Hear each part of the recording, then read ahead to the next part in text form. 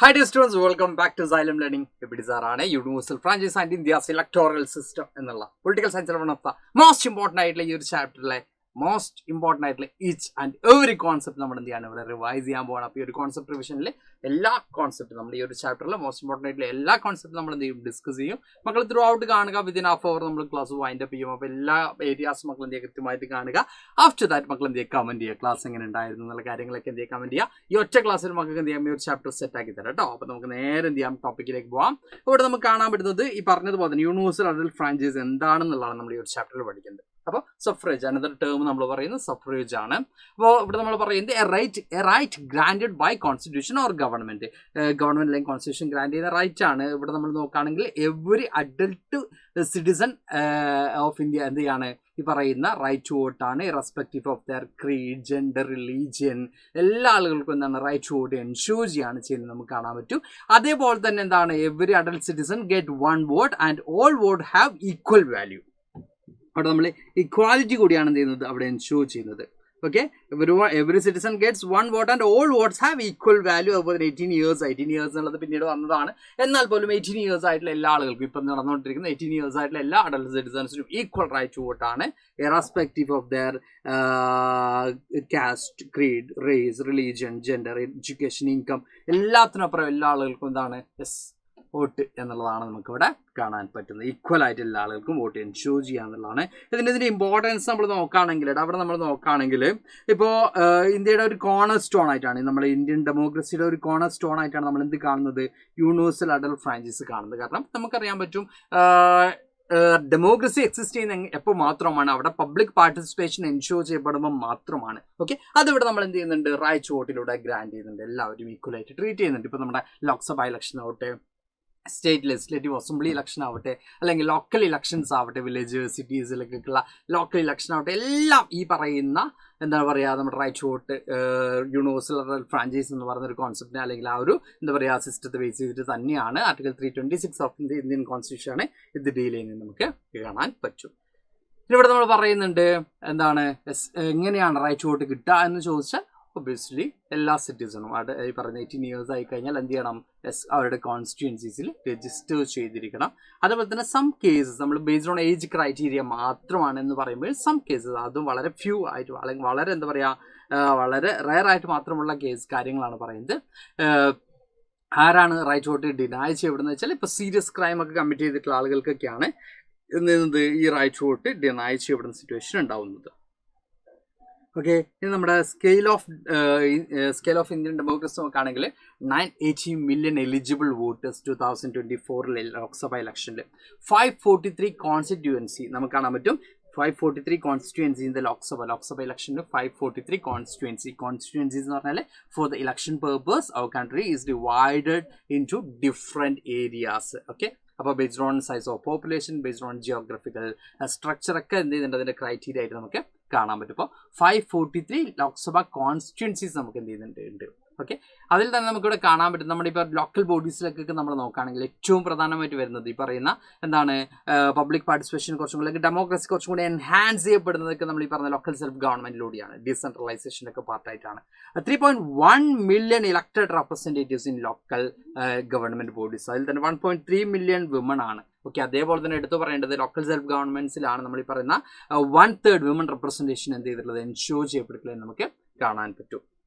അപ്പോൾ അതിനെ 250,000 local bodies democratically elected across ഇന്ത്യയിലെ പല ഭാഗങ്ങളായിട്ട് ഓൾമോസ്റ്റ് 2.5 ലക്ഷത്തോളം ലോക്കൽ ബോഡീസ് ഉണ്ട്. നമുക്ക് ഈ പറയുന്ന ലോക്കൽ ഗവൺമെൻറ് സ്ഥാപനങ്ങളുണ്ട് നമുക്ക് കാണാൻ പറ്റും. Then India needs an elaborate and well organised system to manage this massive exercise and ensure that election take place fairly and freely. നമുക്ക് കാണാൻ പറ്റും നമ്മൾ ഈ പറഞ്ഞ free and fair election ensure ചെയ്യുക എന്ന് പറയുന്നത് അത്ര ഈസി കാര്യമല്ല. അതുകൊണ്ട് തന്നെ നമുക്ക് അതിനെന്തുണ്ട് കൃത്യമായിട്ടുള്ളൊരു സ്ട്രക്ചേർഡ് ആയിട്ടുള്ള എന്തുണ്ട് ഇലക്ഷൻ കമ്മീഷൻ നമുക്ക് കാണാൻ പറ്റും.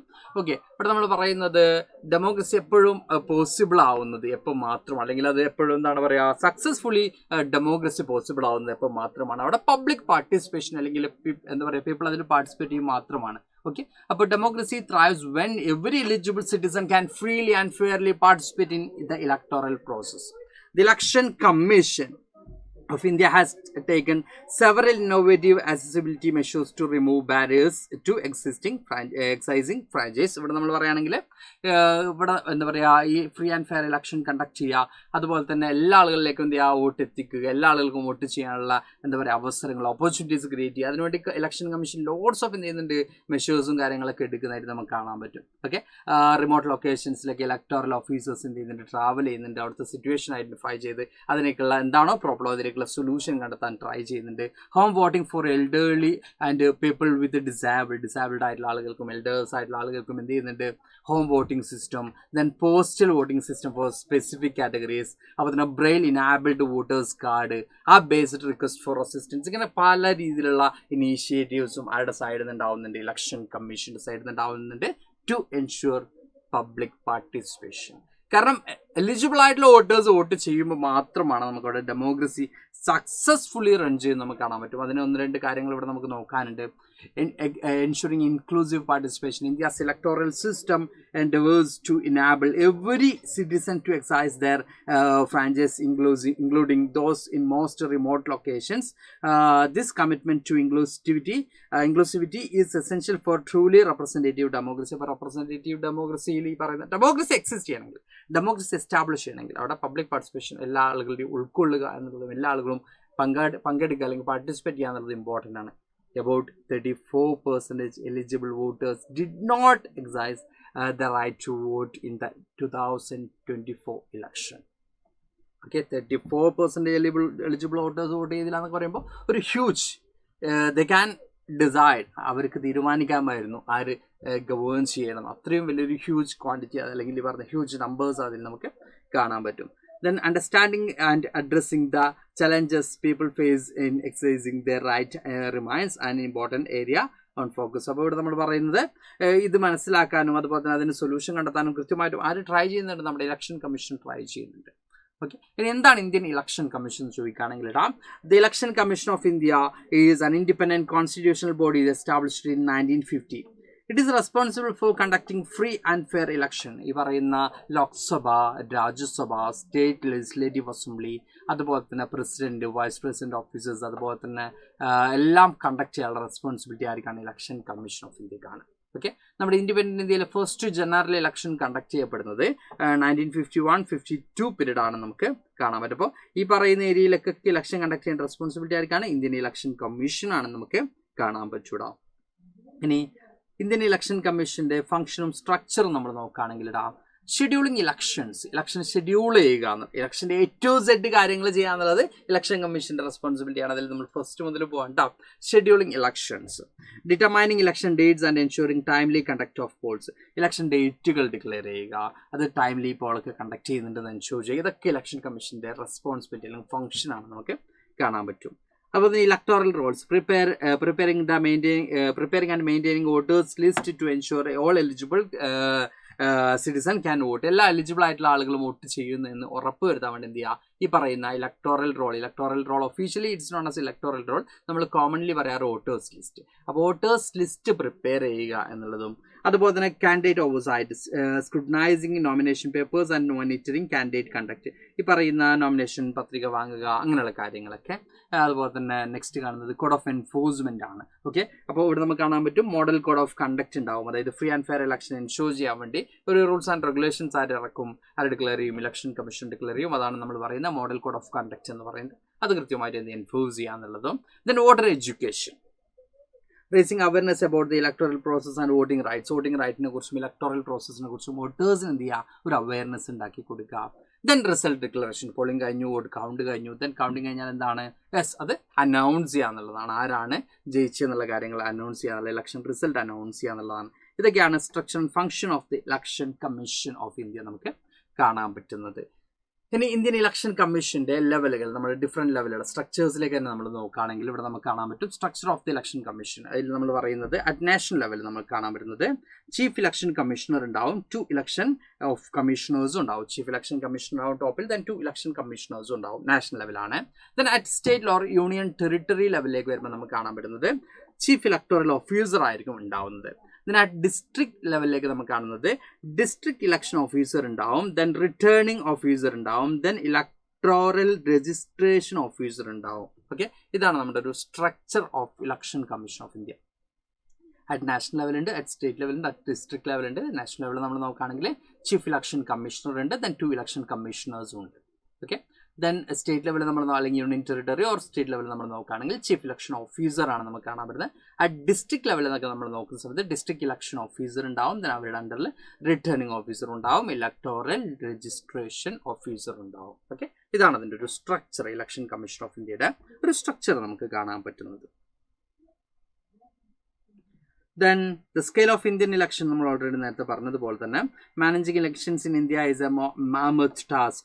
The ECA has been upgrading its capacities to keep pace with the needs of modern India in conducting free and fair election. നമ്മൾ നേരത്തെ പറഞ്ഞ പോലെ ഇറ്റ്സ് എ മാമത്ത് ടാസ്ക് എന്ന് പറയുമ്പോൾ ഇറ്റ്സ് അത്രയും ഹ്യൂജ് ടാസ്ക് ആണ്. ഓക്കെ, ഇന്ത്യയിൽ ഈ പറയുന്ന ഇലക്ഷൻ നമ്മൾ പറഞ്ഞ പോലെ തന്നെ 980 million വോട്ടേഴ്സ് ഉണ്ട്, 543 കോൺസ്റ്റിറ്റ്യുവൻസീസ് അല്ലെങ്കിൽ ഈ പറഞ്ഞ പാർലമെന്ററി കോൺസ്റ്റിറ്റ്യുവൻസീസ് ഉണ്ട് എന്നൊക്കെ നമ്മൾ പറയുമ്പോൾ സ്വാഭാവികമായിട്ട് അതൊരു വലിയ ടാസ്ക് തന്നെയാണ്. അപ്പോൾ അത് കണ്ടക്ട് ചെയ്യാന്നുള്ളത് ഇലക്ഷൻ കമ്മീഷനെ സംബന്ധിച്ചിടത്തോളം ഏറ്റവും വലിയൊരു ടാസ്ക് തന്നെയാണ് നമുക്ക് കാണാൻ പറ്റും.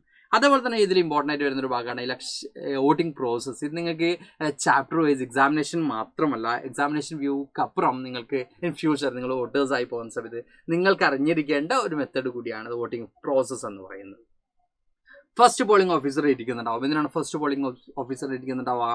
Checks name on voters list and verifies ID proof. എന്ത് ചെയ്യും, നിങ്ങൾ ഇപ്പോൾ വോട്ട് ചെയ്യാൻ വേണ്ടിയിട്ട് ഒരു മെയിൻ ഫസ്റ്റ് പോളിംഗ് ഓഫീസർ അടുത്തേക്ക് പോകുമ്പോൾ അയാൾ എന്ത് ചെയ്യും, നിങ്ങളുടെ പേരും കാര്യങ്ങളൊക്കെ നോക്കും, ID പ്രൂഫിൽ നിങ്ങളുടെ വെരിഫൈ ചെയ്യുക എന്നുള്ളതാണ് ഫസ്റ്റ് റെസ്പോൺസിബിലിറ്റി.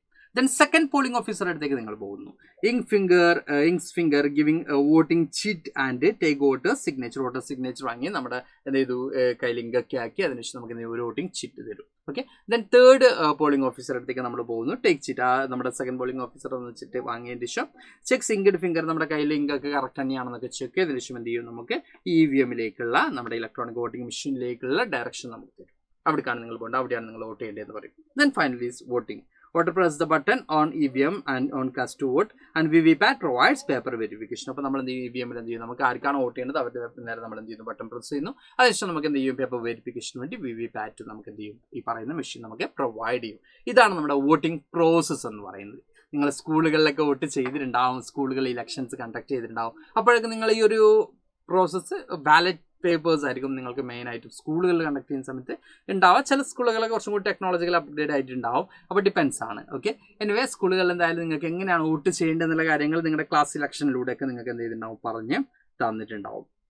ദെൻ ഇലക്ഷനിലുള്ള ഏറ്റവും വലിയൊരു ക്യുക്കായിട്ടുള്ള അല്ലെങ്കിൽ നമ്മൾ പറഞ്ഞ ഇലക്ഷൻ ഏറ്റവും കൂടുതൽ എന്താ പറയുക സ്പീഡ് ആവുന്നതും അതുപോലെ തന്നെ കുറച്ചും കൂടി ട്രസ്റ്റ് ആവുന്നതൊക്കെ എപ്പോഴാണ്, കുറച്ചും കൂടി ആളുകൾക്ക് എന്ത് ചെയ്യുന്നുണ്ട്, കുറച്ചും കൂടി ട്രാൻസ്പെറൻ്റ് ആവുന്നതൊക്കെ ഈ പറയുന്ന ഇലക്ട്രോണിക് വോട്ടിംഗ് മെഷീൻ വരുന്നു, EVM വരുന്നു, അതുപോലെ തന്നെ വോട്ടർ വെരിഫിയബിൾ പേപ്പർ ഓഡിറ്റ് ട്രയൽ വരുന്നു, അല്ലെങ്കിൽ VVPAT വരുന്നു. ഇതോടുകൂടി കുറച്ചും കൂടി കാര്യങ്ങൾ എന്ത് ചെയ്യുന്നു, ഈസി ആവുന്നു. Okay, India's EVM have revolutionized voting color voting process, making it faster and more reliable. These machines are not connected to any network, ensuring they cannot be hacked remotely. അപ്പോൾ നമ്മൾ പറയുന്ന വോട്ടിംഗ് മെഷീൻ വരുന്നു, EVM വരുന്നതോട് കൂടി കുറച്ചും കൂടി speed ആവുന്നു, faster ആവുന്നു, more reliable ആവുന്നു. അതുപോലെ തന്നെ നമുക്ക് കാണാൻ പറ്റും ഇതൊരിക്കലും ഹാക്ക് ചെയ്യാൻ പറ്റില്ല, ഒരു നെറ്റ്വർക്കുമായിട്ട് ഇത് കണക്ട് ചെയ്യാൻ പറ്റില്ല. അതുകൊണ്ട് തന്നെ ഹാക്ക് ചെയ്യുന്നതിൽ നിന്നും സേഫ് ആയിട്ട് നമുക്ക് കാണാൻ പറ്റും. ദെൻ VVPAT നമ്മൾ നോക്കുകയാണെങ്കിൽ VVPAT produce a physical paper record allowing voters to verify that their electronic votes were cast correctly. നമ്മൾ വോട്ട് ചെയ്തിട്ടുള്ളത് കറക്റ്റ് തന്നെ കാസ്റ്റ് ചെയ്യപ്പെട്ടിട്ടുണ്ടോ നമുക്ക് നോക്കാൻ വേണ്ടിയിട്ടുള്ള എന്താണ് പറയുക. അതുപോലെ തന്നെ ഒരു റീകൗണ്ടിങ് ഒക്കെ വരുന്ന സമയത്ത് ഒരു ബാക്കപ്പ് ആയിട്ടും വരുന്നതാണ് ഇത് ഈ പറഞ്ഞ VVPAT എന്ന് നമുക്ക് കാണാൻ പറ്റും. ഇനി നമുക്ക് എക്സാമിനൊക്കെ റിപ്പീറ്റ് ചെയ്യുന്ന ഒരു ഏരിയ ആണ് മോഡൽ കോഡ് ഓഫ് കണ്ടക്ട്. നമ്മൾ നേരത്തെ പറഞ്ഞു ഡ്യൂറിങ് ദ ഇലക്ഷൻ ടൈം ഈ പറഞ്ഞ ആൻഡ് എവറി കാൻഡിഡേറ്റും അതുപോലെ തന്നെ പാർട്ടീസും എന്തൊക്കെ ഫോളോ ചെയ്യണം, സം റൂൾസ് ആൻഡ് റെഗുലേഷൻസ് ആര് ഡിക്ലെയർ ചെയ്യും, നമ്മുടെ ഇലക്ഷൻ കമ്മീഷൻ ഡിക്ലെയർ ചെയ്യും. അതാണ് മോഡൽ കോഡ് ഓഫ് കണ്ടക്ട് എന്ന് പറയുന്നത്. അതിൽ ഗവൺമെന്റ് റെസ്ട്രിക്ഷൻ നമ്മൾ നോക്കുകയാണെങ്കിൽ the party in government must not use state resources state resources for election purpose. ഇപ്പൊ നമുക്ക് കാണാൻ പറ്റും റൂളിംഗ് പാർട്ടിയും ഓപ്പോണന്റ് പാർട്ടിയും ഒക്കെ എന്ത് ചെയ്യും, ഇലക്ഷന് പാർട്ടിസിപ്പേറ്റ് ചെയ്യും. അപ്പോൾ റൂളിംഗ് പാർട്ടി ഒരിക്കലും ഇലക്ഷൻ പർപ്പസിന് വേണ്ടി ഗവൺമെന്റ് റിസോഴ്സസ് എന്ത് ചെയ്യരുത്, യൂസ് ചെയ്യരുത് എന്നുള്ളതാണ്. ഓക്കെ, ദെൻ പുതിയ സ്കീംസോ അല്ലെങ്കിൽ ബിഗ് പ്രോജക്ട്സോ എന്ത് ചെയ്യരുത്, അനൗൺസ് ചെയ്യരുതെന്നുള്ളതാണ്. അത് വോട്ടേഴ്സിനെ ഇൻഫ്ലുവൻസ് ചെയ്യാം, അത് വോട്ടേഴ്സിനെ ഈ പറയുന്ന രീതിയിൽ എന്ത് ചെയ്യാം, മാനിപ്പുലേറ്റ് ചെയ്യാനൊക്കെ കാരണമാവും. അപ്പോൾ ഗവൺമെൻറ്റിന് ലോട്ട്സ് ഓഫ് റെസ്ട്രിക്ഷൻസ് ഉണ്ട്. ദെൻ കാൻഡിഡേറ്റ്സിൻ്റെ ബിഹേവിയറായിട്ട് ബന്ധപ്പെട്ട് കുറേയധികം എന്തുണ്ട്, റെസ്ട്രിക്ഷൻസ് ഉണ്ട്. All candidates must exercise discretion and restraint to ensure the peaceful election. Abusive language against opponents is prohibited. എല്ലാ കാൻഡിഡേറ്റും കൃത്യമായിട്ടും വളരെ മാന്യമായിട്ടുള്ള ബിഹേവിയർ എന്ത് ചെയ്യേണ്ടതുണ്ട്, ഫോളോ ചെയ്യേണ്ടതുണ്ട്. അതുപോലെ തന്നെ എതിർ സ്ഥാനാർത്ഥിയെക്കുറിച്ച് എന്ത് ചെയ്യാം, ഈ പറയുന്ന വിജയിക്കാൻ വേണ്ടി ഓപ്പോണൻറ്റിനെ കുറിച്ചൊക്കെ വളരെ അബ്യൂസീവ് ആയിട്ടുള്ള വേർഡോ അല്ലെങ്കിൽ പറഞ്ഞ എന്താണ് എന്താ പറയുക, മോശപ്പെടുന്ന രീതിയിലുള്ള വാക്കുകളോ ഒന്നും യൂസ് ചെയ്യാൻ പാടില്ല എന്നുള്ളതാണ് നമുക്ക് കാണാൻ പറ്റുന്നത്. അതുപോലെ തന്നെ നോ വോട്ടർ ഇൻഡ്യൂസ്മെൻറ്റ്, വോട്ടേഴ്സിനെ എന്താണ് ക്യാഷ് കൊടുത്തോ അല്ലെങ്കിൽ ഗിഫ്റ്റ് കൊടുത്തോ ഒന്നും എന്ത് ചെയ്യരുത്, സ്വാധീനിക്കരുത്, ഇൻഫ്ലുവൻസ് ചെയ്തത് നമുക്ക് കാണാൻ പറ്റും. ഇതൊക്കെയാണ് മോഡൽ കോഡ് ഓഫ് കണ്ടക്റ്റിൽ വരുന്ന പ്രധാനപ്പെട്ട കാര്യങ്ങളുടെ. ദെൻ നമ്മുടെ ഇലക്ഷൻ കമ്മീഷനിലെ ലോട്ട്സ് ഓഫ് റീഫോംസ് കൊണ്ടുവന്നിട്ടുള്ള one of the most important person ആണ് ടി.എൻ. ശേഷൻ. ഓക്കെ, അപ്പോൾ ടി.എൻ. ശേഷനെ കുറിച്ചും മക്കൾ പഠിച്ചിരിക്കണം. ചീഫ് ഇലക്ഷൻ കമ്മീഷണർ ആയിരുന്നു 1990 and brought in significant reforms to ensure free and fair election. അപ്പോൾ ഇലക്ഷൻ റിഫോമർ എന്നാണ് ആരറിയപ്പെടുന്നത്, ശേഷൻ അറിയപ്പെടുന്നത്. ഓക്കെ, ഇന്ത്യൻ ഇലക്ഷനെ കുറച്ചും കൂടി ഫെയർ, മോർ ട്രാൻസ്പെറൻറ്റും ഫിയർലെസ്സും ആക്കിയതിൽ ഏറ്റവും വലിയ റോൾ ആയിരിക്കും ശേഷൻ ഉണ്ട് നമുക്ക് കാണാൻ പറ്റും. എന്തൊക്കെയാണ് ടി.എൻ. ശേഷൻ ഇൻട്രൊഡ്യൂസ് ചെയ്തില്ലെന്ന് ചോദിച്ചാൽ enforced precise rules for campaigning precise ആയിട്ട് റൂൾസ് എന്ത് ചെയ്തു, എൻഫോഴ്സ് ചെയ്തു. അതുപോലെ തന്നെ വോട്ടർ ID എന്ത് ചെയ്തു, ഇൻട്രൊഡ്യൂസ് ചെയ്തു. പ്രോക്സി വോട്ടിംഗ് അല്ലെങ്കിൽ കള്ള വോട്ടും കാര്യങ്ങളൊക്കെ പ്രിവെൻറ്റ് ചെയ്യാൻ വേണ്ടി. അതുപോലെ നമുക്ക് കാണാൻ പറ്റും strict vigilance on candidate spending, കാൻഡിഡേറ്റ്സിന് എത്രത്തോളം ഫണ്ട് സ്പെൻഡ് ചെയ്യാം അതിന് കൃത്യമായിട്ടുള്ള വിജിലൻസും കാര്യങ്ങളൊക്കെ കൃത്യമായിട്ട് ഒബ്സർവ് ചെയ്യാൻ തുടങ്ങി. അതുപോലെ തന്നെ voters rights through fearless enforcement നടപ്പിലാക്കി ആര് പ്രൊട്ടക്ട് ചെയ്തു, ആര് നമ്മുടെ ടി.എൻ. ശേഷൻ. ഇതൊക്കെയാണ് അദ്ദേഹത്തെ എന്ത് ചെയ്യുന്നത്, ദ ഇലക്ഷൻ റിഫോമർ എന്നാരറിയപ്പെടുന്നത്, ടി.എൻ. ശേഷൻ അറിയപ്പെടുന്നത്. ഇനി നമുക്ക് നോക്കാനുള്ളത് നമ്മുടെ elections to Lok Sabha and state assembly എന്ന് പറയുന്ന ഒരു ടോപ്പിക്കാണ്. ഓക്കെ, അപ്പോൾ free and fair election conduct ചെയ്യുന്നതിൽ ഏറ്റവും വലിയ എന്താ പറയുക ഇനിഷ്യേറ്റീവ്സ് എടുത്തിട്ടുള്ളത് നമ്മുടെ ഇലക്ഷൻ റിഫോമർ ആയിട്ടാണ് ആരറിയപ്പെടുന്നത്, ടി.എൻ. ശേഷൻ അറിയപ്പെടുന്നത്. ഇതുവരെടുത്ത കാര്യങ്ങൾ ക്ലിയർ ആണ് എന്ന് എക്സ്പെക്ട് ചെയ്യുന്നുണ്ട്. Then election to the Lok Sabha and state assemblies. India follows a parliamentary system of government where citizens participate in various levels of election. Lok Sabha election, state legislative assembly election, local bodies election, അങ്ങനെ different ആയിട്ടുള്ള ഇലക്ഷൻസിലൂടെ നമ്മൾ എന്ത് ചെയ്യുന്നത്, കടന്നു പോകുന്നുണ്ട്. Okay, the country is divided into 543 constituencies for the Lok Sabha election. Then elected candidates to the Lok Sabha are known as members of parliament or MPs, and while those elected to the state assemblies are called members of legislative assemblies or MLAs. Okay, അപ്പോൾ MP Mar എന്നാണ് നമ്മൾ എന്ത് പറയുന്നത്, ലോക്സഭയിലേക്ക് elect ചെയ്യപ്പെട്ടുള്ള ആൾക്കാർ member of parliament MPസും, അതുപോലെ നമുക്ക് എന്ത് കാണാൻ പറ്റും, സ്റ്റേറ്റ് ലെജിസ്ലേറ്റീവ് അസംബ്ലിയിലേക്ക് ഇലക്ട് ചെയ്യപ്പെട്ട ആളുകൾ MLAസും എന്ന രീതിയിലാണ് എന്ത് ചെയ്യുന്നത്, അറിയപ്പെടുന്നത്. അതൊക്കെ മക്കൾക്ക് അറിയുന്ന കാര്യം തന്നെയാണ്. ഇതൊക്കെ സാറേ എനിക്ക് അറിയുന്നല്ലേ, ഞങ്ങൾക്ക് അറിയുന്നല്ലേ എന്നൊക്കെ വിചാരിക്കും. അതങ്ങനെ തന്നെ ആവട്ടെ. അതേപോലെ തന്നെ ഗവൺമെന്റ് എങ്ങനെയാണ് ഫോം ചെയ്യപ്പെടുന്നത്, ഇലക്ഷൻ റിസൾട്ട് വരുന്നു. After voting is completed, votes are counted and results are declare for all constituency. ഇലക്ഷൻ കഴിഞ്ഞാൽ എന്ത് ചെയ്യും, റിസൾട്ട് ഡിക്ലെയർ ചെയ്യും. എല്ലാ കോൺസ്റ്റിറ്റ്യുവൻസീസിലും റിസൾട്ട് ഡിക്ലെയർ ചെയ്യും, ആരാണ് ജയിച്ചതെന്നുള്ള കാര്യങ്ങളൊക്കെ പറയും. ദെൻ മെജോറിറ്റി ഫോർമേഷൻ, ആരാണ് അവിടെ ഗവൺമെന്റ് ഫോം ചെയ്യുക, the political party or coalition winning majority of the seats forms government. ഏറ്റവും കൂടുതൽ വോട്ട് കിട്ടിയ പൊളിറ്റിക്കൽ പാർട്ടിയോ അല്ലെങ്കിൽ സഖ്യമോ മുന്നണിയോ ആണ് എന്ത് ചെയ്യുന്നത്, അവിടെ ആ ഒരു കോalitionോ ആണ് എന്ത് ചെയ്യുന്നത്, അവിടെ ഗവൺമെന്റ് ഫോം ചെയ്യുന്നത്. ദെൻ ലീഡർഷിപ്പ് സെലക്ഷൻ നമ്മൾ നോക്കുകയാണെങ്കിലോ, the leader of the majority typically becomes the prime minister at national level അല്ലെങ്കിൽ chief minister at state level. ആ ഒരു പൊളിറ്റിക്കൽ പാർട്ടിയിൽ അല്ലെങ്കിൽ ആ ഒരു കോalitionന്റെ ലീഡറാണ് എന്തായിട്ട് വരുന്നത്, നാഷണൽ ലെവലാണെങ്കിൽ പ്രൈം മിനിസ്റ്റർ ആയിട്ടും സ്റ്റേറ്റ് ലെവലാണെങ്കിൽ ചീഫ് മിനിസ്റ്റർ ആയിട്ടും വരുന്നത്. അപ്പോൾ എന്താണ് കോalition ചോദിക്കുകയാണെങ്കിൽ, coalition is a group of 2 or more political parties working together to achieve the required majority when no single party wins enough seats to form a government independently. അപ്പോൾ ഒരു political പാർട്ടിക്ക് എന്ത് ചെയ്യുന്നില്ല, ഇൻഡിപെൻഡൻ്റ് ആയിട്ട് government form ചെയ്യാനുള്ള seat കിട്ടുന്നില്ലെങ്കിൽ രണ്ടോ അതിലധികമോ പാർട്ടികൾ ചേർന്ന് ഗവൺമെന്റ് രൂപീകരിക്കുന്നതിനാണ് നമ്മൾ എന്ത് പറയുന്നത്, കോalition ഗവൺമെന്റ് എന്ന് പറയുന്നത്. Then elections to Rajya Sabha, indirect election ആണ്. Of the 245 members, 233 are elected by the state legislative assemblies or MLAs ആണ്. Then while 12 are nominated by the President of India. അതിൽ 12 എന്തായിരിക്കും, നമ്മൾ ഈ പറയുന്ന 245-ൽ 12 എന്തായിരിക്കും, പ്രസിഡന്റ് നോമിനേറ്റ് ചെയ്യുന്ന മെമ്പേഴ്സ് ആയിരിക്കും. Then state representation നോക്കുകയാണെങ്കിൽ each state is allotted a different number of seats based on population. More populous state have more seats. Okay, അപ്പോൾ ഈ പറയുന്ന എല്ലാ സ്റ്റേറ്റിനും ഈക്വൽ നമ്പർ ഓഫ് സീറ്റ് ആയിരിക്കില്ല, സൈസ് ഓഫ് പോപ്പുലേഷൻ അനുസരിച്ച് എന്ത് ചെയ്യും, സീറ്റിൽ വേരിയേഷൻസ് വരും, ഈ പറയുന്ന മെമ്പേഴ്സിന്റെ എണ്ണത്തിൽ വേരിയേഷൻസ് വരും. Then it's A permanent house. Okay, നമ്മൾ പറയുന്നുണ്ട് Rajya Sabha is A permanent house, ഇത് ഡിസോൾവ് ആവൂല. മെമ്പേഴ്സ് എന്ത് ചെയ്യും, 6-year ടേംസിലേക്കാണ് വരുന്നത്.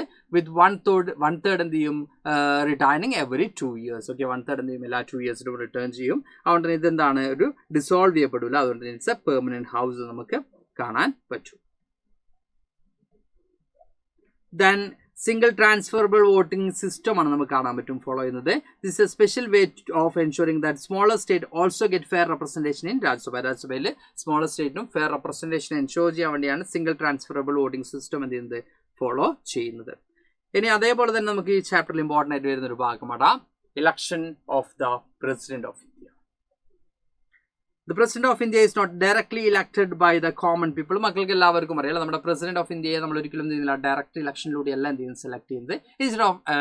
Instead an electoral college is formed to carry out the election. This electoral college എന്തായിരിക്കും, ഈ പറഞ്ഞ ഒരു ഇലക്ടോറൽ കോളേജ് ഉണ്ടാവും, അതിലൂടെയാണ് എന്ത് ചെയ്യുക, ഈ പ്രസിഡൻഷ്യൽ ഇലക്ഷൻസ് നടക്കുക, ആ പ്രസിഡന്റിനെ തിരഞ്ഞെടുക്കുക. പീപ്പിൾ നേരിട്ടല്ല, നമ്മുടെ റെപ്രസെന്റേറ്റീവ്സ് ആണ് ബിഹാഫ് ഓഫ് us നമുക്ക് വേണ്ടി എന്ത് ചെയ്യുന്നത്, അവിടെ നമ്മുടെ പ്രസിഡന്റിനെ ചൂസ് ചെയ്യുന്നത്.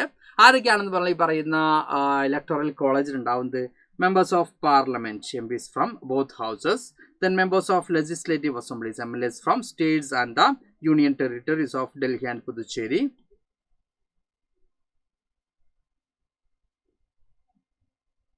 Okay, then നമ്മൾ പറഞ്ഞ പോലെ തന്നെ the single transfer voting system is used in elections since the president represents the whole country. This method ensures the support of both central and state government. Then ഇവിടെ നമ്മൾ പറയുന്നത് following group is not involved election to the president of India. President of ഇന്ത്യയുടെ ഇലക്ഷനിൽ participate ചെയ്യാത്ത അല്ലെങ്കിൽ അതിന്റെ members അല്ലാത്ത ആളുകൾ നോക്കുകയാണെങ്കിൽ നമുക്കറിയാം, നോമിനേറ്റഡ് മെമ്പേഴ്സ് ഓഫ് രാജ്യസഭ. രാജ്യസഭയിൽ ഇലക്ടഡ് മെമ്പേഴ്സ് അല്ല, നോമിനേറ്റഡ് മെമ്പേഴ്സ് ആയിട്ടുള്ള ആളുകൾ ഈ പറയുന്ന പ്രസിഡൻഷ്യൽ ഇലക്ഷനിൽ പാർട്ടിസിപ്പേറ്റ് ചെയ്യാത്ത ആളുകളാണ്. അപ്പോൾ തന്നെ സ്റ്റേറ്റ് ലെജിസ്ലേറ്റീവ് അസംബ്ലിയിലെയും നോമിനേറ്റഡ് മെമ്പേഴ്സ്, അപ്പോൾ തന്നെ മെമ്പേഴ്സ് ഓഫ് ലെജിസ്ലേറ്റീവ് കൗൺസിൽസ്, അതിൽ ബോത്ത് ഇലക്റ്റഡ് ആൻഡ് നോമിനേറ്റഡ് എന്നല്ല ഈ പറയുന്ന, അത് ബൈ ക്യാമറൽ ലെജിസ്ലേച്ചർ ഉള്ളിടത്താണ് ഈ പറയുന്ന ലെജിസ്ലേറ്റീവ് കൗൺസിൽ ഉണ്ടാവുന്നത്, അവിടുത്തെ മെമ്പേഴ്സും ഇതിന്റെ പാർട്ടല്ല. Then nominated members of union territories of Delhi and പുതുച്ചേരിയും എന്തിന്റെ ഭാഗമല്ല, നമ്മുടെ പ്രസിഡൻഷ്യൽ ഇലക്ഷന്റെ ഭാഗമല്ല കേട്ടോ. ഇത് നോക്കണേ, ഇറ്റ്സ് നോട്ട്, അത് കൃത്യമായിട്ട് നോട്ട് ചെയ്യണേ, മറപ്പോരുത്. Then what about election of the vice president of India നോക്കുകയാണെങ്കിൽ, vice president of India is elected by electoral college തന്നെയാണ് നമുക്ക് കാണാൻ പറ്റും. അവിടെ ആരൊക്കെയാണ്, consisting of the elected and nominated members of both houses of parliament. Again the system of single transferable voting system തന്നെയാണ്, പക്ഷേ elected and nominated members ഇവിടെ ഉണ്ടാവും വൈസ് പ്രസിഡന്റ് ഇലക്ഷനിൽ നമുക്ക് കാണാൻ പറ്റും. Then vice president is the chairperson of the Rajya Sabha. Then if there are situation when the president is not able to discharge their function, the vice president steps into play the role. Okay, ഇവിടെ നമ്മൾ പറയുന്നത് രാജ്യസഭയുടെ chairperson ആണ്. അതുകൂടാതെ നമ്മൾ ഈ പറഞ്ഞ പോലെ തന്നെ പ്രസിഡന്റ് അബ്സെൻസിൽ അവിടെ എന്ത് ചെയ്യും, ആ ചാർജ് ആരിലേക്ക് വരാം, വൈസ് പ്രസിഡന്റിലേക്ക് വന്നേക്കാം. ഇത്രയാണ് നമ്മൾ ഈ ചാപ്റ്ററിലെ മോസ്റ്റ് ഇമ്പോർട്ടൻ്റ് ആയിട്ടുള്ള ഏരിയാസ് എന്ന് പറയുന്നത്. Then challenges and the road ahead നമ്മൾ നോക്കുകയാണെങ്കിൽ, കറന്റ് ചലഞ്ചസ് നമ്മൾ നോക്കുകയാണെങ്കിൽ growing influence of money in ഇലക്ഷനിൽ എന്ത് ചെയ്യുന്നുണ്ട്, വലിയ രീതിയിൽ എന്ത് ഇൻഫ്ലുവൻസ് ചെയ്ത് വരുന്നുണ്ട്, മണി പവർ, അല്ലെങ്കിൽ പറയുന്ന രീതിയിൽ പവർഫുൾ ആയിട്ടുള്ള ആളുകൾ, റിച്ച് ആയിട്ടുള്ള ആളുകളൊക്കെ കൂടുതൽ അവർക്ക് ഇലക്ഷനിൽ സീറ്റ് കിട്ടാനും അതുപോലെ തന്നെ ജയിക്കാനൊക്കെ ഉള്ള പോസിബിലിറ്റീസ് കൂടുന്ന സിറ്റുവേഷൻ നമുക്ക് കാണാൻ പറ്റുന്നുണ്ട്. ദെൻ ക്രിമിനൽ റെക്കോർഡ്സ് ഉള്ള കാൻഡിഡേറ്റ്സ് വരുന്നുണ്ട്. അതുപോലെ തന്നെ അർബൺ ഏരിയാസിലേക്ക് വോട്ടേഴ്സിന് എന്തെങ്കിലും വോട്ടിനോട് താല്പര്യമില്ലാത്തൊരവസ്ഥ വരുന്നുണ്ട്, യൂത്ത് ആയിട്ടുള്ള ആളുകൾക്ക് വോട്ടിനോടുള്ളൊരു താല്പര്യം കുറയുന്നുണ്ട്.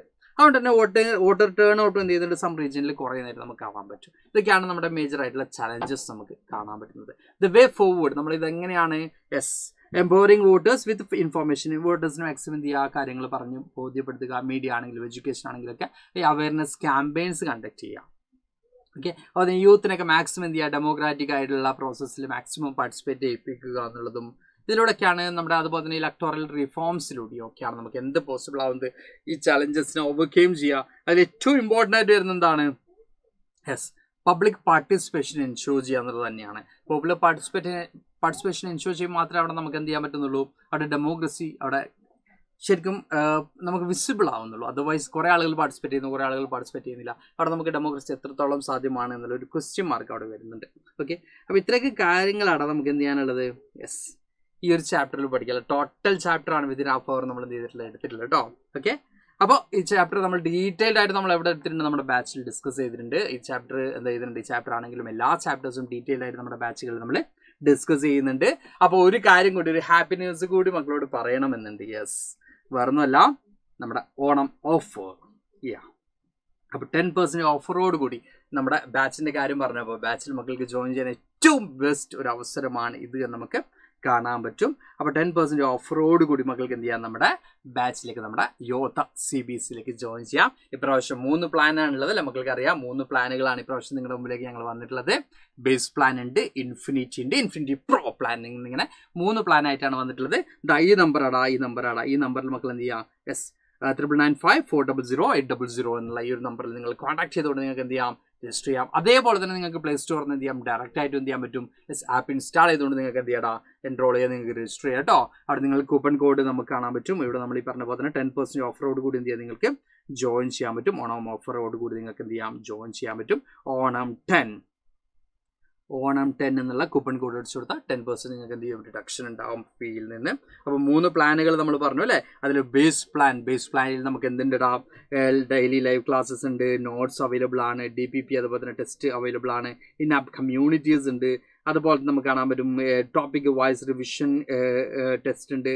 അപ്പോൾ തന്നെ എന്താണ്, revision test, question paper discussion ഒക്കെ നമുക്ക് ഇവിടെ ഉണ്ട്, ബേസ് പ്ലാനിലുണ്ട്. പക്ഷെ എന്തുകൊണ്ടാണ് നമ്മൾ ഇൻഫിനിറ്റി കൂടുതൽ മക്കളോട് ഫോക്കസ് ചെയ്യണമെന്ന് ഡിമാൻഡ് ചെയ്യുന്നത് വെച്ചാൽ, ഇൻഫിനിറ്റിയിലിടാ മക്കൾ ഏറ്റവും കൂടുതൽ ഡിമാൻഡ് ചെയ്യുന്ന ഒരു കാര്യമാണ് വളരെ ക്യുക്കായിട്ടുള്ള റിവിഷൻ മൈൻഡ് നോട്ടുകൾ, അപ്പോൾ തന്നെ ക്വസ്റ്റ്യൻ ഇൻക്ലൂഡഡ് ആയിട്ടുള്ള കൈൻഡ് ഓഫ് സ്റ്റഡി മെറ്റീരിയൽസ്. അത് ഏറ്റവും പെർഫെക്റ്റ് ആയിട്ടുള്ള നമ്മുടെ ഇൻഫിനിറ്റി ബാച്ചിലാണ്. അതേപോലെ തന്നെ റെക്കോർഡഡ് വീഡിയോസ്, ഏറ്റവും പ്രീമിയം ആയിട്ടുള്ള റെക്കോർഡഡ് വീഡിയോസ്, പേൾ വീഡിയോസ് എവിടെ ഉണ്ട്, നമ്മുടെ ഇൻഫിനിറ്റി ബാച്ചിലുണ്ട് എന്നുള്ളതാണ്. ഓക്കെ, അതുപോലെ തന്നെ ഇൻസ്റ്റലാണ് മൈൻഡ് മാപ്പ്, എൻ ഗെയിം റിവിഷന്, പേൾ വീഡിയോസ് ഒക്കെ നമുക്ക് എവിടെ അവൈലബിൾ ആണ്, നമ്മുടെ ഇൻഫിനിറ്റി ബാച്ചിൽ അവൈലബിൾ ആണ്.